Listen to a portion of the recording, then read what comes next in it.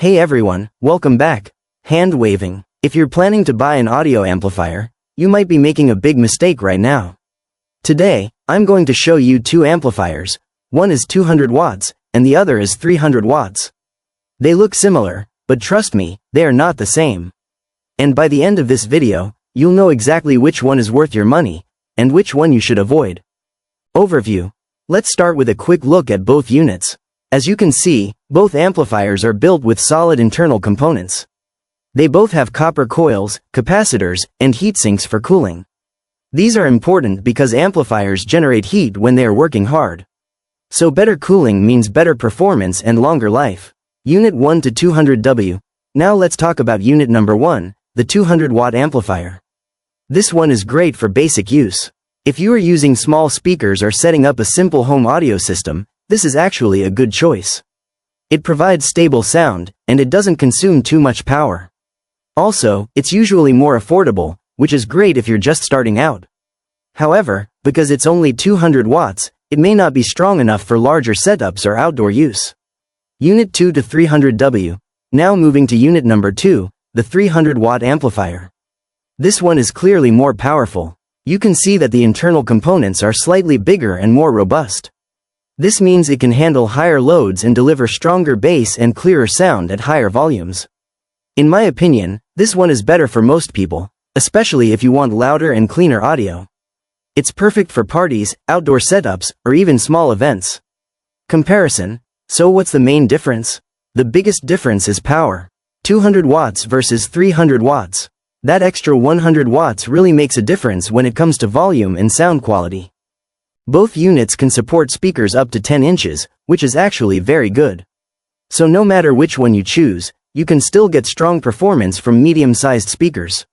Real use. In real-life use, the 200-watt unit is more for casual listening, while the 300-watt unit gives you more flexibility and power.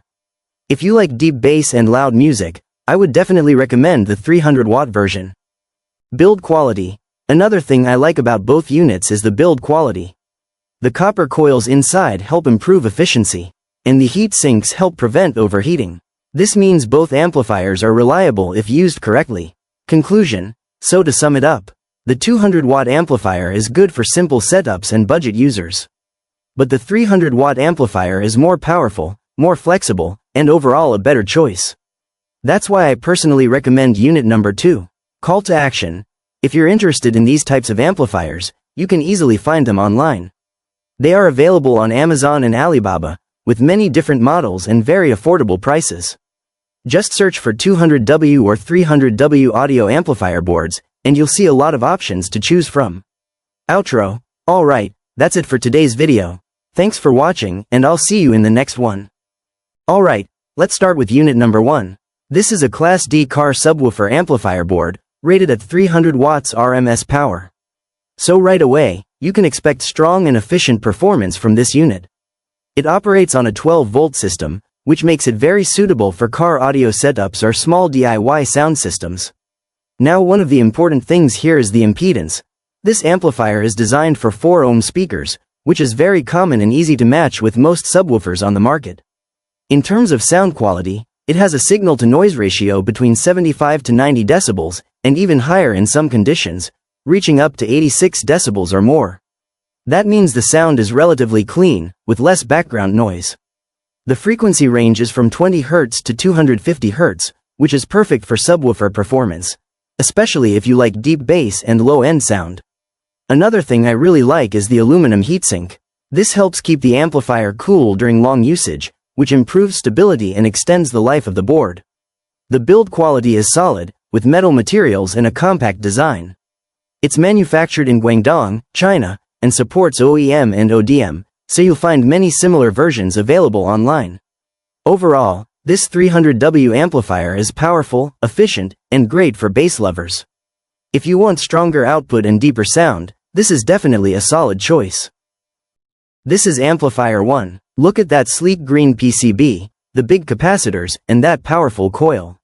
It's compact, lightweight, and perfect if you want a clean, modern look for your car or home audio setup. And here is amplifier 2. It has a yellow PCB and a bigger heatsink, which might mean better cooling and longer lasting performance. Some people love this classic look and the sturdy feel of this one. So, it's Amplifier 1 with the modern style, or Amplifier 2 with the classic heavy-duty design? Both have their strengths, and I want your opinion. Comment below. Type 1 if you like the sleek green board, or 2 if you love the big heat sink and classic design. Your choice will help me decide which one to feature next.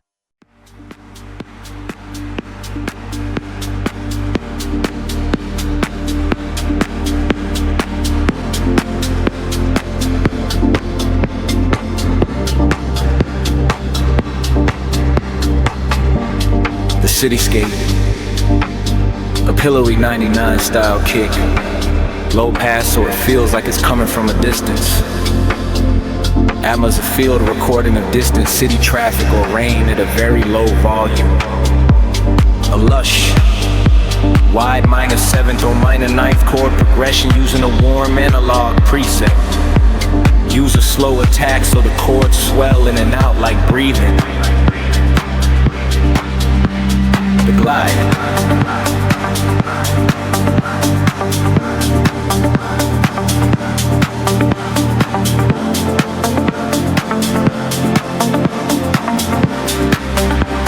The days.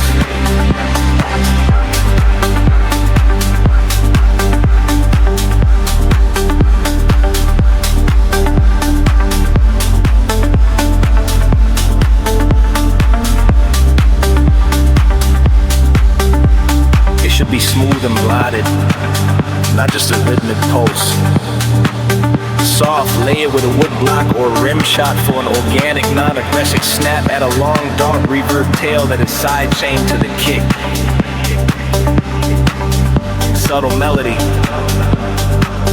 a muted electric piano or a soft sine wave pluck playing a simple, echoing 3-note motif. The emotional.